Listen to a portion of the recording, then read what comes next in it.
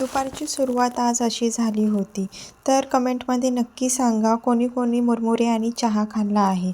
मी तर लहानापासून खात होती आणि लग्नानंतर 2 ते 3 वर्षांनी आज मी पहिल्यांदा खात होती.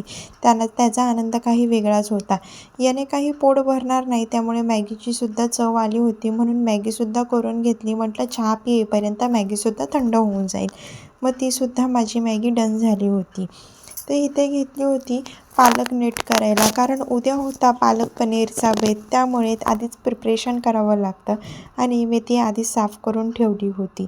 संध्याकाळचे 7 वाजले होते आणि आपल्या हिंदू संस्कृतीमध्ये देवाला खूप महत्त्व आहे आणि आपले आराध्य दैवत म्हणजे गणपती, की ज्याची सुरुवात कुठल्याही शुभकार्याची सुरुवात त्याच्यापासूनच होते. सगळ्यांचे विघ्न दूर करणारा विघ्नहर्ता म्हणजे गणपती बाप्पा.